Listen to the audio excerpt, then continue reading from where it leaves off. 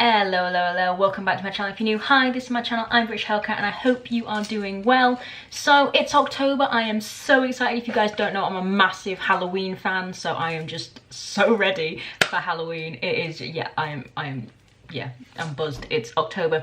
But something happened at the end of last month that I thought I'd talk to you about in this month, because I didn't really have time in my schedule to review it last month, so I'm doing it in this month and I hope you guys enjoy it. But before you go over to the actual video, I want you guys to comment down below if you've listened to this album and what you thought about it. Also hit the like button down below if you did like this video. There's also a big red subscribe button down below with a bell next to it. Click both those buttons, you'll be notified of when I upload and you'll be part of my internet family, which is a pretty darn cool thing. So now you may go over to the video.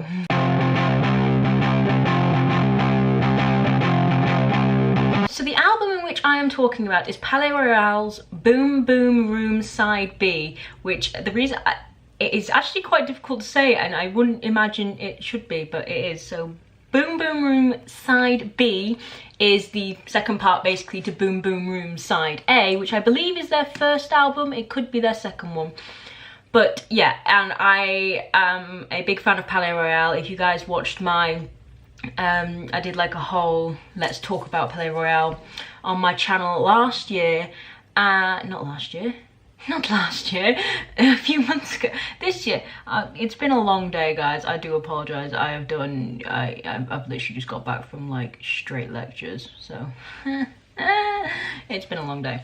But that's not your problem. You should not have to deal with this. So basically, this is their second major album and it has 8 songs on it. It includes one song that is a remake kind of their old song My Sweetness, which it's actually quite an interesting take on it, because My Sweetness, the way they did it was only ever an acoustic one, so it was nice and slow and really romantic. But this one is, you've still got the same lyrics and whatnot. There's some added lyrics. It's been jazzed up a little bit. No longer acoustic, and it's not that slow anymore anyway. It's a bit more, as I said, jazzed up, which I quite like it. But don't get me wrong, I will be listening to the old version as well because I was quite a fan of that.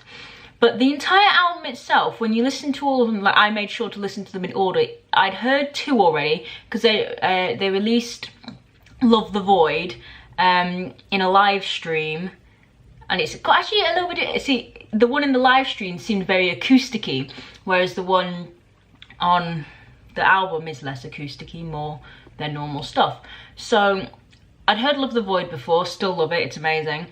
And they released Death Dance, which is one of my favourites off the album. They released that, it was a few days before the album released, maybe a week before the album released, not very long, but so good. And also You'll Be Fine was released a lot in advance. I don't know if it was leaked or if they purposely released it, but all I know is we got that before we got the whole album. So basically, I mean, technically they released 4 songs. I know My Sweetness technically doesn't count, but they released 4 songs before the album came out, so they only gave them 4 songs to surprise with, and boy did they surprise us. There's a song called The Boom, which gives me major 1940s vibes, like the whole album does. I'm getting a feeling of like World War II, 1940s vibe. But The Boom, it's a song, but it's actually more like a radio podcast in the way it's speaking. I mean, there's obviously instruments in the background and whatnot. It's very eerie, and it's sort of like something you'd play at the beginning of a horror film maybe, or like if you're beginning to narrate a like supernatural TV show. That's sort of what I'm getting from that. But it reminds me a lot of, like, with all the radio crackling and stuff, reminded me of like when Churchill gave his speech in World War II. So yeah, I'm getting major 1940s vibes, and if you follow my Twitter you would have seen that I already said that. But yes, so I think probably my favourite from the whole album is Teenage Heartbreak Queen, just because it is just something you can sing to, dance to. But then besides that, it's going to be Death Dance, and yeah. Hostel Beds is quite a good one. That is the second one that automatically gave me 1940s vibes, and it's not even the music in Hospital Beds that gave me the vibes, it was just more the lyrics.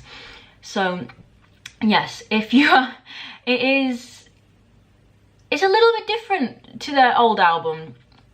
And just because it seemed like they stuck to one sort of vibe and went with it, whereas their other album was like them finding their feet, really, in that this is the type of music we want to play, have different, here's our range basically. And that was really, really good. There was a lot more slow songs on their old album than there is on this one.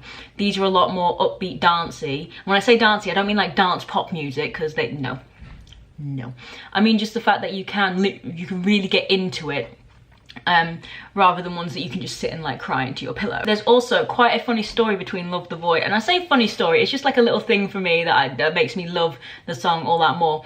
That live stream, I think it was either just before or just after, and I should know this, but I actually tweeted, it was something really random. I think I told you guys this in my Let's Talk About Palais Royale, but I was talking about getting a tattoo with Palais Royale lyrics. That still might be on the table, I don't know yet, guys. I'm gonna get another tattoo first. I might talk about that in a Q&A or something, but... So I was talking about that, and I tweeted to Palais Royale. I can't remember if I just tagged the band or if I tagged like Remington, Sebastian and Emerson. I don't know, I can't remember which one I did, but it was Sebastian that actually tweeted me back, and yes, had a little fangirl moment. And then I found out he's following me on Twitter as well, and I'm just like, I am pretty sure I did cover this in my Let's Talk About Palais Royale, but that's why I think Love the Void is like, it holds a little place in my heart, because it's when all of that happened, and it still makes my day. That is just amazing. That is for me. I hope you have enjoyed this video. If you have, don't forget to hit the thumbs up down below. It'd be greatly appreciated. Don't forget to hit the big red subscribe button if you're not subscribed to my internet family already.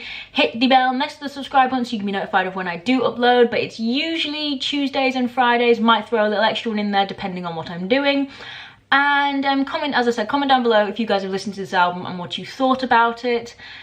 And yeah, so this has been my review of Palais Royale Boom Boom Room Side B. I hope you guys enjoyed it, and I will see you guys in the next video.